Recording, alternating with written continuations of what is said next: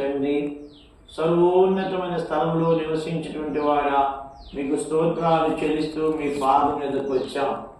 అనుగ్రహించిన శ్రేష్టమైన మంచి సమయాన్ని బట్టి స్తోత్రాలు దేవా. ఈ యొక్క నూతనమైనటువంటి దేవా సంవత్సరంలో 2వ నెలలోనికి మా జీవితాలు అనుమతించినందుకై వందనాలు దేవా. 2వ నెలలో మొట్టమొదటిది ప్రభు దినమున ఈ విధంగా వ్యక్తిగతముగా, కుటుంబముగా, సంఘముగా ఇక్కడ సమకూర్చబడట ఆశీర్వాద కారణంగా మీరు మార్చండి దేవా. నూతనమైన వారిని దేవా, అలాగే పాత వారిని కూడా మీరు తీసుకుని వచ్చి ఈ స్థలాన్ని నిందించమని ప్రార్థన చేస్తూ ఉన్నాను. దయగలిగిన తండ్రి దేవా, మీరు వచ్చినప్పుడు ప్రియమైన ప్రభువా, ఎత్తబడే సంఘంలో మేమందరం ఉండినట్లుగా మీరు కృపను దయచేయండి.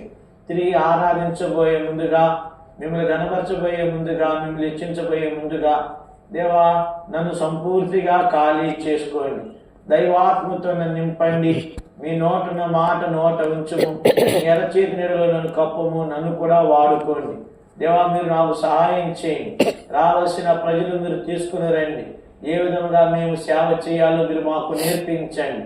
మీరే మాకు కృప చూపించమని ప్రార్థిస్తూ యేసుక్రీస్తు యొక్క రక్తాన్ని తెచ్చుకుంటూ దేవా, మీరే మీ దైవాత్మతో నింపి నీ నోటున్న మాట నోట ఉంచి మీరు నన్ను వాడుకోవలసిందిగా నిర్గమాకాండం 4:12 కోరుకుంటూ యేసుక్రీస్తు ప్రభువారి నామమును బట్టి వందనాలు చెల్లించి ప్రార్థిస్తున్నాము తండ్రి. ఆమేన్.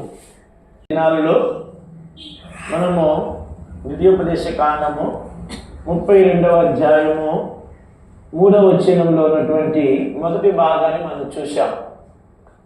నేను యెహోవా, ఇక్కడ దైవజనుడు మోషే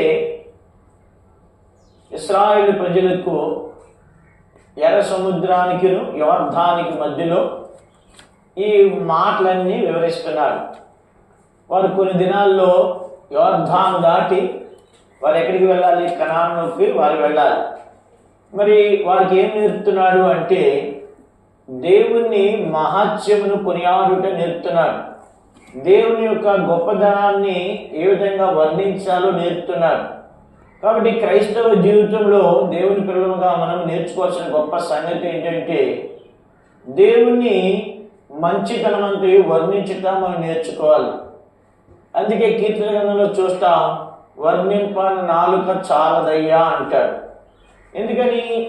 దేవదూతలు కేవలం ఒక్క మాటను పట్టుకుని దివారాత్రులు దేవుని ఆరాధిస్తారు. ఆ ఒక్క మాట ఏంటి? కేవలం పరిశుద్ధత మాత్రమే చూశారు. కానీ దేవుని యొక్క ప్రేమ వారికి తెలియదు.